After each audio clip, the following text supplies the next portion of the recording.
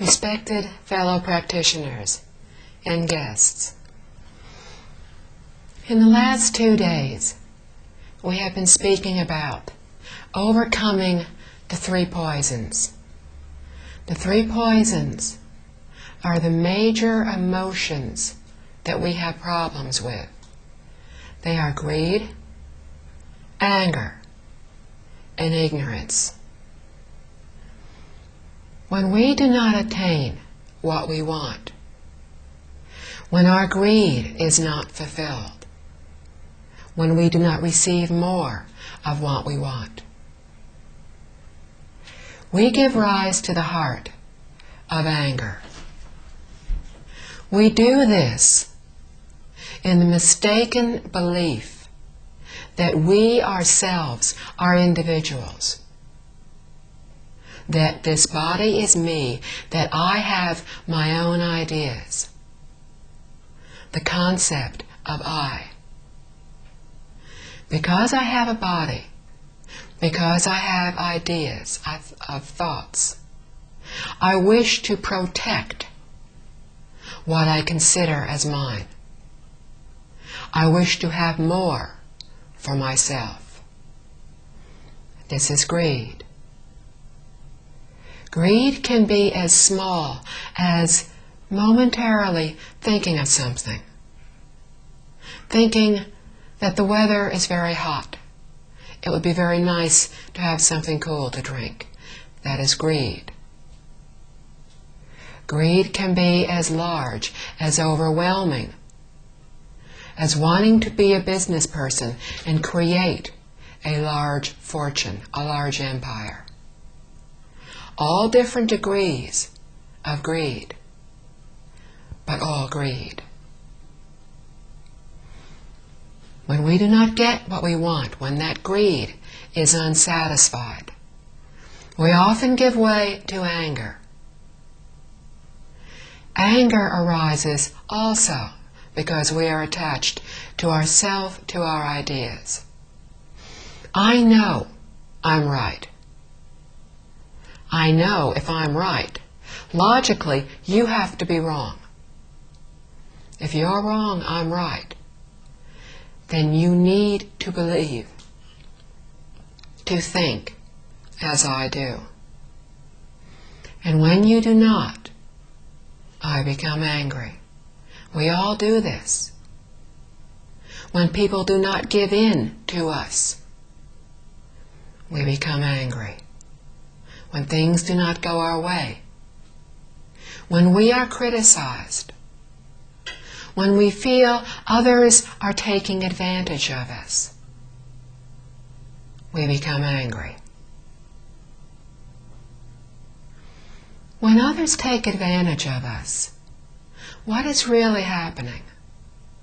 We spoke yesterday of cause and effect, that everything that happens to us is the result of what we have thought, said, or done in a previous lifetime. If something happens to me, it is not because I am a helpless victim in all this. If somebody is giving me a difficult time, I can safely assume that I have done so in the past. And that is why I am going through this difficulty now. There's no point in becoming angry with the person who is giving me a difficult time. They may be doing so because I have done something wrong, in which case I need to be corrected so I can find my faults and fix them. But maybe I really haven't done anything wrong at this particular moment. If they are unjustly accusing me of having done something that I have not done, then they have reduced my negative karma. They have helped me. How can I become angry? How can I want to become even when somebody has just done me a kindness? If we understand what is happening when we are having difficulties, we will no longer become angry. Or at least, since most of us are still unable to completely stop being angry, at the very least, once we realize we are angry, we will calm down more quickly. Often, anger arises so easily, seeming so natural to us.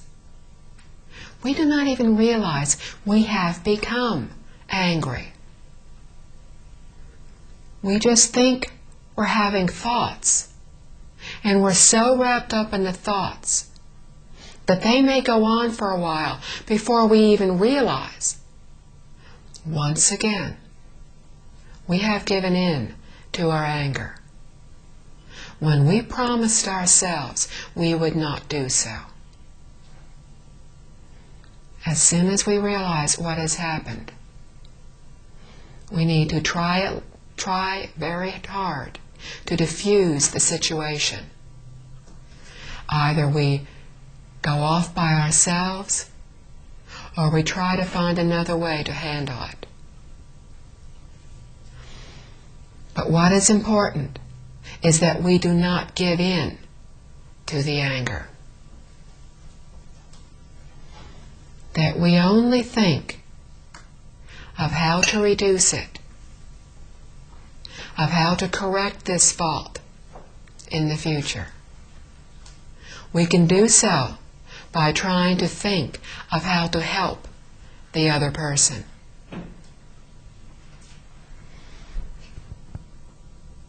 Why do we become angry? Because of greed. But why does greed come about? Because of the third poison, ignorance. We were discussing the other day, after one of the talks, the difference between ignorance and stupidity, and which would be a correct translation of the Chinese term. Ignorance is to not know something. It has an air of almost innocence about it. We simply do not know. Perhaps we were not taught. Perhaps we do not believe because we are unable to believe. Ignorance is improper thoughts and viewpoints. It is not knowing the proper way to think. Often because we have not been taught, often because somebody has told us, but maybe we doubted them. Doubt is also another poison. Let me tell you a story about ignorance. A long time ago, a priest in a well-respected religion decided that since it was a very special day in his religion, he would celebrate this by sacrificing the life of a goat. He called the attendants and told them, "Go to the stables, take a goat, take it to the river, wash it, prepare it for the sacrifice. Then, when it is prepared, bring it back to me." The attendants went to do so. They took the goat. They went to the river, and they started to wash it. Suddenly, the goat started to laugh. The attendants looked at each other and asked why the goat was laughing. The goat did not answer. And then just as suddenly, the goat started to cry. They again looked at the goat and said, "Wait a minute, first you were laughing, now you're crying. Why? The goat said, "Take me to your priest. I will explain to him why." The attendants took the goat to the priest. They explained what had happened. The priest realized this was a very special goat. And he said very respectfully, "Sir Goat, why did you suddenly start to laugh? And then, just as suddenly, start to cry?" The goat said, "Many, many lifetimes ago, I was a priest in a well-respected religion, and I decided that it was a special day, and to celebrate it, I would sacrifice the life of a goat. I started to laugh because I realized, having been that priest, I had been born as a goat 499 lifetimes. This is my last lifetime as a goat. And that is why I laughed, for my debt has been paid." But then I realized, you are about to repeat my very same mistake. And you too will be born as a goat. And you too will die by having your throat slit as a sacrifice. That is why I cried." The priest said, "I will protect you. You say you died because your head was cut off. I will protect you. We will not let anything happen to you today." The goat shook his head and said, "No.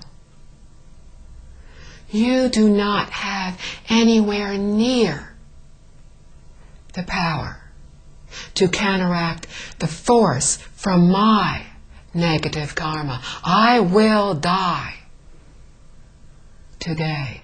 My head will be cut off." The priest called guards, more attendants, told them, "Follow the goat, protect it, do not let anything happen to it." The goat walked out of the temple grounds, walked over to a ledge that was near a hill, and started to nibble a leaf that was on a branch on a tree on that hill. As the goat raised its head to nibble that leaf, suddenly, out of nowhere, a storm blew up. There was a flash of lightning. The lightning hit a ledge. A rock was cut off. The rock hit the goat on the neck. The head of the goat was cut off. The attendants went back. But before they left, they heard a voice. They looked around, and they saw a being up in the tree that they had not seen before. And they said, "Did you laugh?" And he said, "Yes, because I have seen everything that happened, and I know why." And they said, "Please tell us." The being said, "This is the result of ignorance, of not understanding the reality of what is happening all around us. In your ignorance, because you do not know better, and the ignorance of your priest, you believe very falsely that the way to honor your God is to kill a living being. But this is wrong. To kill for any reason is wrong. When the priest heard this, he decided that he would never kill again. And he did not. And he made this story known far and wide, so all could learn the consequences of taking the life of another living being. This story is about ignorance. It is about not knowing. We are just beginning to learn about cause and effect. But do we really understand? Not yet. If we truly understood, deeply understood, we would not be doing what we are doing today. We would not be saying things that hurt others because we're careless. We would not be giving in to our anger. We would not have greed. We would not continue repeating all of the faults that we have been repeating lifetime after lifetime for innumerable eons. So when we listen to talks on the teachings, and when we are told that our every thought, word, and deed has a consequence that we will undergo in the future, we all say yes and shake our heads and agree. And while we are sitting in this room or in a similar room, we believe and we think that way because we are concentrating on this talk.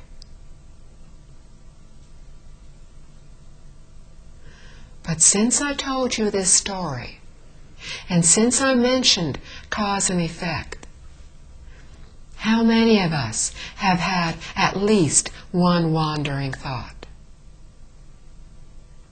Probably everybody in this room. We have already forgotten to understand. And as soon as we walk out the door, we will really forget. Master Jing Kong, our teacher, has said, if people listen to a 2-hour talk, it will be very good if they remember just 1 or 2 things. We are ignorant. We have been told. We cannot remember. We have bad habits. It is so easy to fall back into those bad habits. We try, we want to do what is good. As we are sitting here, we do not want to hurt any other person. We do not want to be angry. Any reasonable person knows they feel much better when they're happy than when they're angry. But how much of the day is spent being happy? And how much of our day is spent being angry? And by angry, I don't mean that we're standing shouting at somebody. I mean that we may be just feeling resentment, irritation. These are all degrees of anger.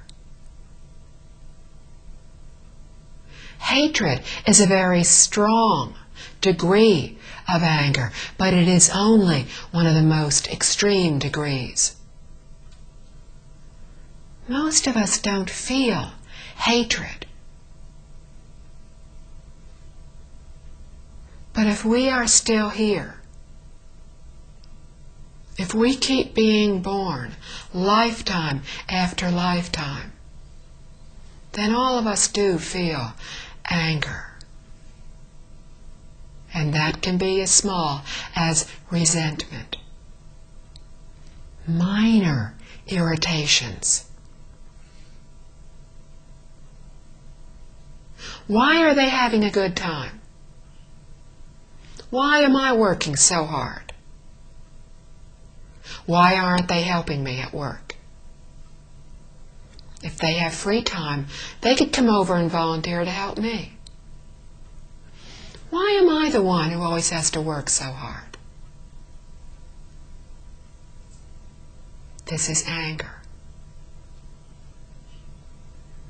When we are driving to work, and somebody pulls in front of us, and we become irritated, that is anger.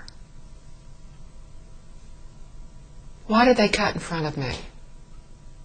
I can't win when I'm driving. If I stay too close to the person in front of me, I'm told that's dangerous. If I pull farther behind, people always cut in front of me. I'll never get to work at this rate. People always take advantage of me. This is anger. When we go to the store, and we go and stand online to buy something, there are two lines. We try to consider, I'm in a hurry. I need to get home. I've got things to do. Which line is going to move more quickly? I don't know about you. I invariably pick the slower line, anywhere I am. What happens when we do this? Maybe the lines were moving at the same speed. We pick a line. Suddenly, somebody has some problem. We stand there. We tap our foot. We think, I'm going to be late. I need to get home. If this takes much longer, I'm going to be stuck in traffic. I'll be late. I won't get dinner made. I won't get something done. I'll be late for my meeting. This is anger. It is not the degree of hatred yet. But if we do not stop it now, in a future lifetime, it will be hatred. Hatred does not spring up out of nowhere. We give rise to hatred. And we were the ones who first started this cycle of resentment with this individual. Or maybe they started it. But this irritation goes back many lifetimes. One of us did something to hurt the other, unknowingly, carelessly, just not thinking. We were thinking of something else. Every lifetime we meet, because we will meet this person again. In reincarnation, we meet people many, many times. Those that we pass on the street and feel no connection with, that we never see again. We may have known before, but the conditions are not right for our knowing them again in this lifetime. Those we know now and spend more time with, we have strong affinities with. They may be good affinities, they may be bad affinities. Most of us have had the experience of meeting somebody, and instantly we feel very comfortable with them. We could sit down and talk to them for hours, as if we were old friends, and we are. We have also met other people who very honestly have done absolutely nothing. They said hello and we don't like them. They didn't do anything in this lifetime. But when we have a strong feeling like this, good or bad, it is because deep within us we do remember them. They may be pleasant remembrances. They may be unpleasant. But conditions are right for that affinity to grow stronger in this lifetime. Understanding why we feel the anger. Understanding that it will grow stronger. We know we need to stop it now, but we've all heard this before. But we still become angry. We still don't even realize we're becoming irritated until we have become irritated. Changing bad habits is unbelievably difficult, but to do so is to truly cultivate. When many people begin to learn of Buddhism, they think of cultivation as sitting in a lotus position, chanting a Buddha's name, a sutra, reciting a mantra, doing breathing meditation, sitting quietly, not letting any thoughts intrude. And this is what most people initially think of as concentration, but this is only the initial stage. Concentration and true cultivation are to take what we have learned, that sense of serenity, from our cultivation of reciting, of chanting, and to go back out into the world. That's where we truly cultivate. That is where it is so difficult to cultivate.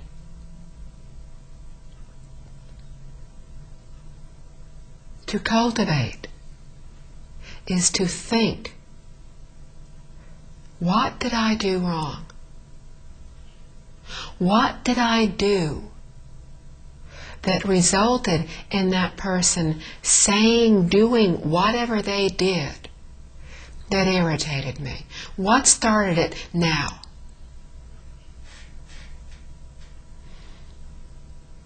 When we are trying to understand cause and effect, we will initially try to figure out, okay, what started this? If I am having something happen to me, what might I have done in an earlier lifetime that resulted in this?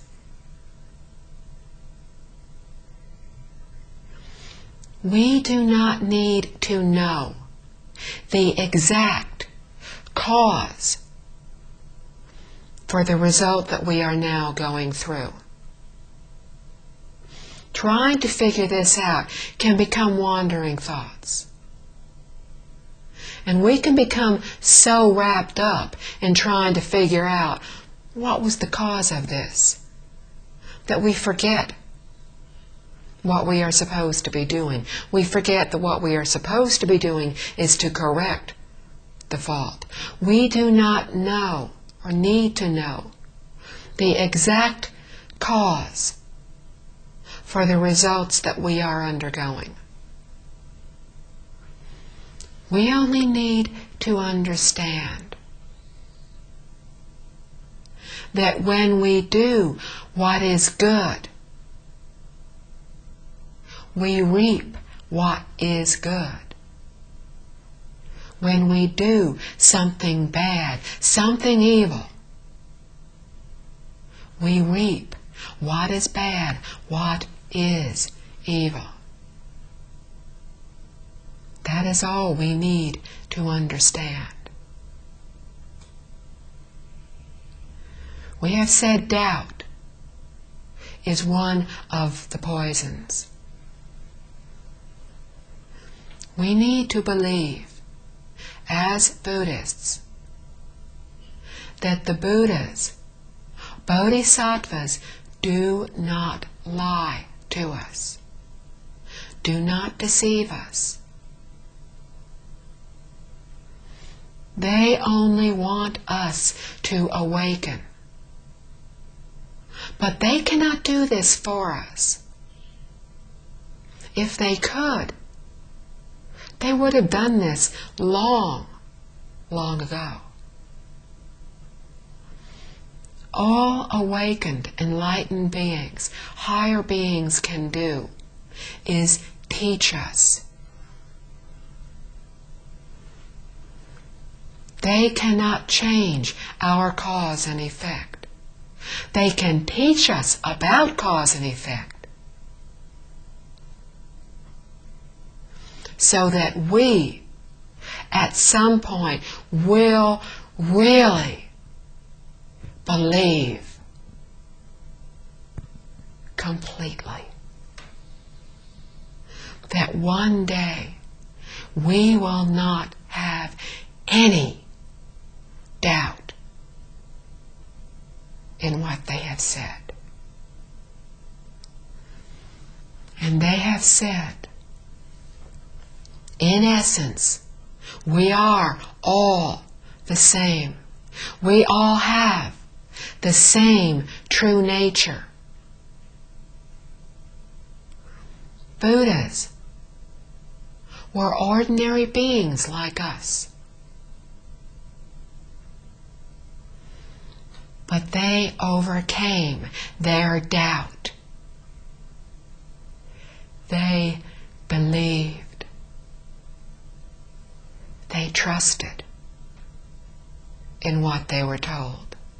They believed that when the Buddha said, "You have the same true nature that I have," in essence, you are no different from I. In essence, we are all one, for our true nature is all one. We are all one entity.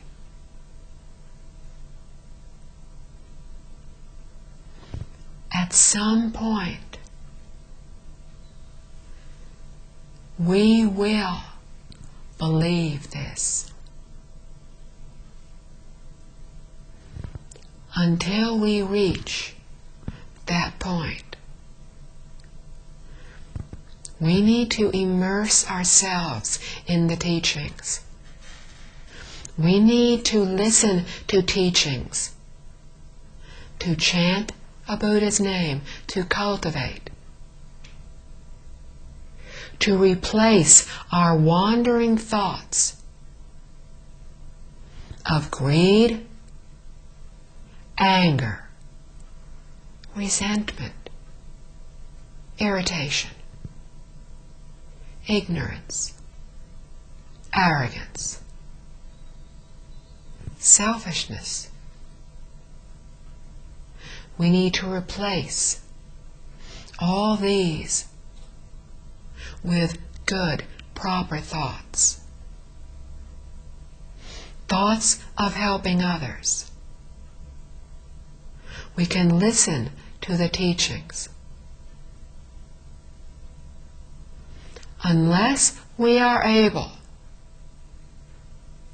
to recite, to say back word for word, and understand completely what is in even one talk, then we can listen to that talk again.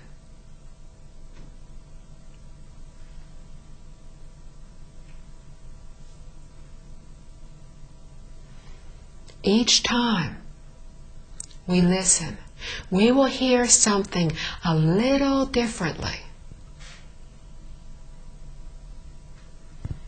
Maybe just before we listened to that talk, we turned on the tape recorder, the VCD. Maybe something had irritated us, and we thought, I need to replace this irritation with something better. I'll listen to a talk. I haven't listened to one for a few days. I know I need to listen every day. I'll listen now. When we concentrate on that talk, on listening to every single word, if we are concentrating, if our minds are very calm, we will hear something that we have not heard before, because we will understand at a more profound level. Because in our calmness, in our serenity, we have reduced our wandering thoughts just enough to allow the perfect wisdom that we already have within us to surface for just one tiny second. But in that second, we understood more clearly something that we hear on that tape. This is why we listen to teachings over and over. For those who speak English, who do not speak Chinese, cannot listen to all the hours, the thousands of hours of teachings in Chinese, cannot read the books in Chinese. We have probably all, at some point, given rise to irritation, to unhappiness, that we have so little to learn.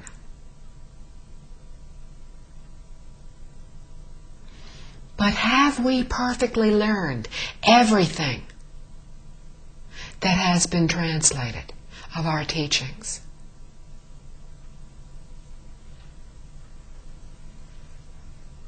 Those of us who work on the translations have worked on them for some time.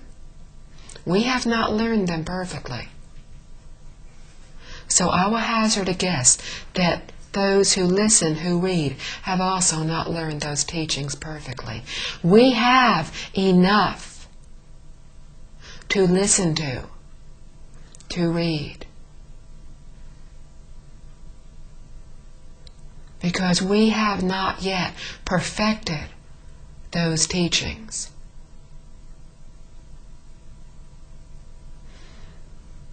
We have Liao Fan's 4 Lessons translated. A second edition will be out shortly.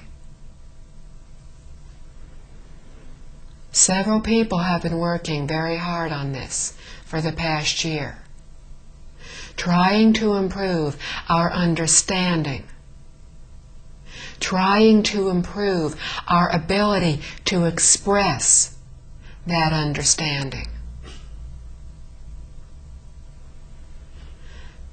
This will be finished, hopefully, soon. and then printed. Liao Fan's 4 Lessons has an unbelievable amount of good teachings in it. It has everything we need to know. Teacher has said, for those people today, as great Patriarch Ingguang said at the beginning of the last century, people in his time, over 100 years ago, had difficulty understanding the sutras, and they were reading them in Chinese. They understood classical Chinese. Many people today who can read Chinese cannot really understand classical Chinese. And Master Ingguang, Patriarch Ingguang, the 13th Patriarch of the Pure Land School, said, read 3 books. One of them was Liao Fan's 4 Lessons. And at a time when printing was much more difficult, much more expensive than it is now, he printed over 1 million copies of the 3 books he recommended. It has been recommended that we read the book Liao Fan's 4 Lessons 300 times. We also have the commentary on it, Changing Destiny. That is what we are working on the 2nd edition of. Read Liao Fan's book to his son 300 times. As we read this seemingly very small book, very simple story, we will understand it more deeply each time. Read the commentary to understand it more deeply.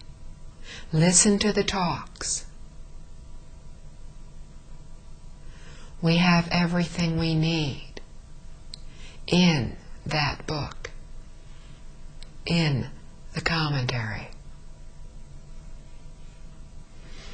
Liao Fan's 4 Lessons is all about greed, anger, and ignorance. Because Mr. Liao Fan had all of these. But Mr. Liao Fan had the unbelievable good conditions to meet a good teacher. A good teacher is not necessarily the most famous, the most brilliant, the most articulate teacher. A good teacher is one who knows proper teachings and whom we have a good affinity with and can learn from. Mr. Liao Fan met his good teacher. He listened to his teacher. He very honestly answered his teacher's questions. And he paid very close attention to his teacher's answers. And he remembered everything he was taught. And he practiced those teachings from that moment on. When he left his teacher, he went to the statues of the Buddhas and Bodhisattvas, and he prostrated to them out of respect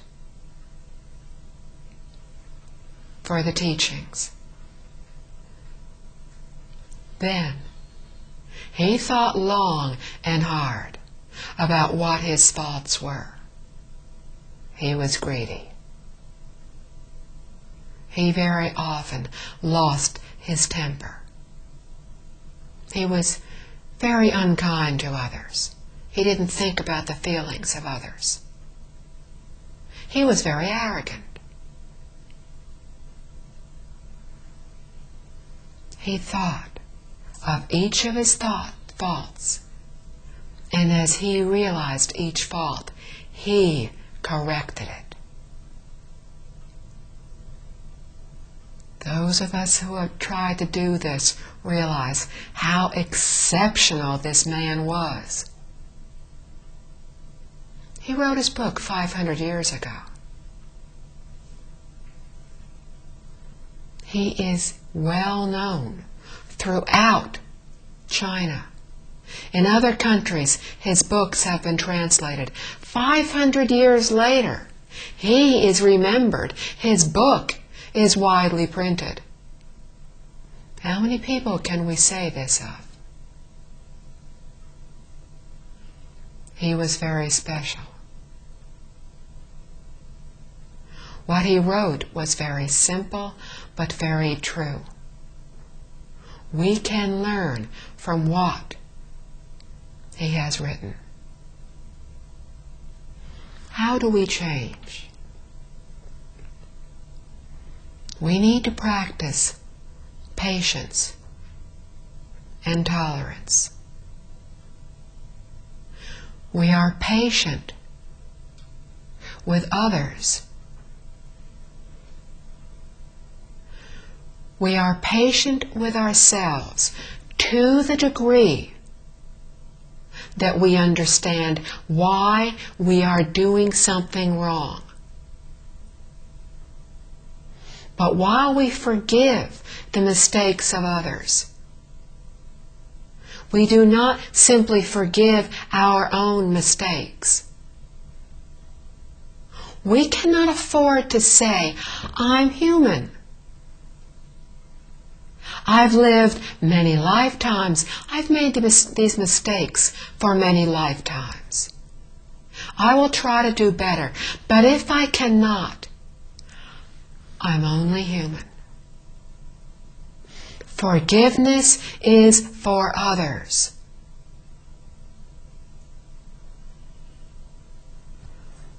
Courage, determination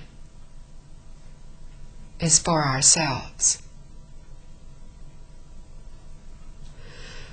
We cannot expect that we will change overnight. But we can expect to make regular, daily improvement. If we are correcting mistakes daily, then in 3 years, we will have made wonderful progress in our cultivation. But if we are only correcting one fault every few weeks and feeling very good about this, we are really falling back. Because we are not correcting our faults quickly enough. We need to be correcting them daily. Mr. Liao Fan had pledged to do 3,000 virtuous deeds. It took he and his wife 10 years to do this. The second 3,000 deeds they accomplished in 4 years. So he too had difficulty correcting his faults. What happens to us today has been destined by what we have done in our past lives. We have to do great goodness, great evil, to change what is destined to happen in this lifetime.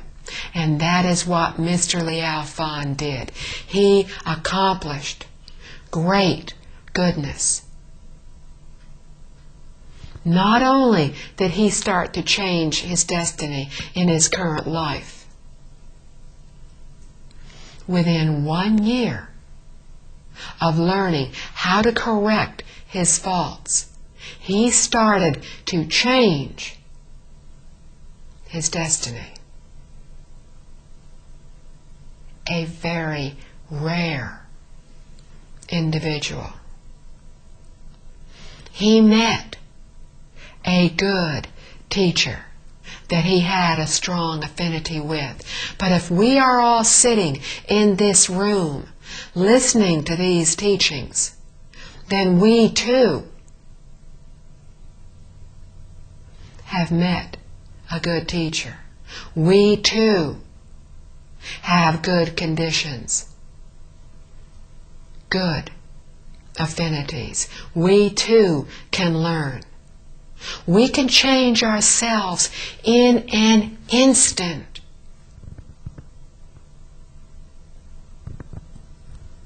It all comes from within. Everything we need is already within us.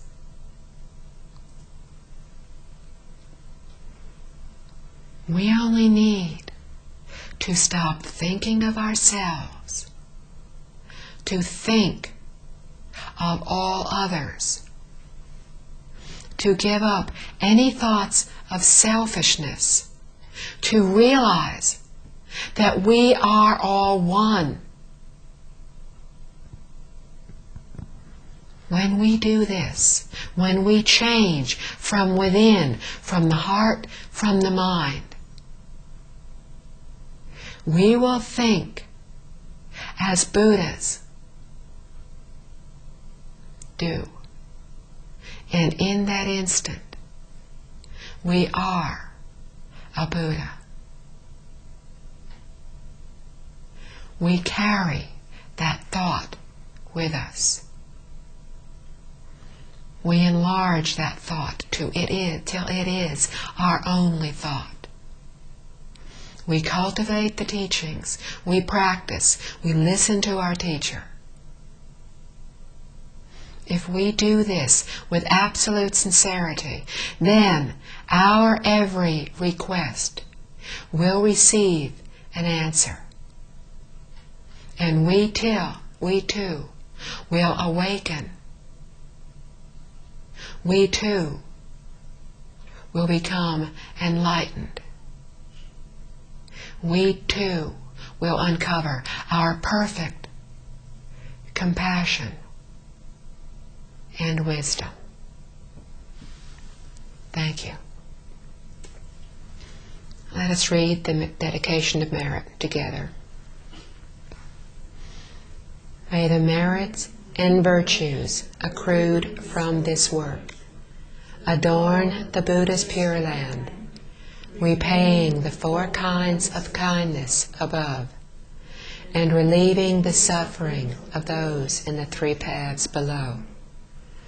May those who see and hear of this all bring forth the heart of understanding and live the teachings for the rest of this life. Then be born together in the land of ultimate bliss. Homage to Buddha, Amitabha.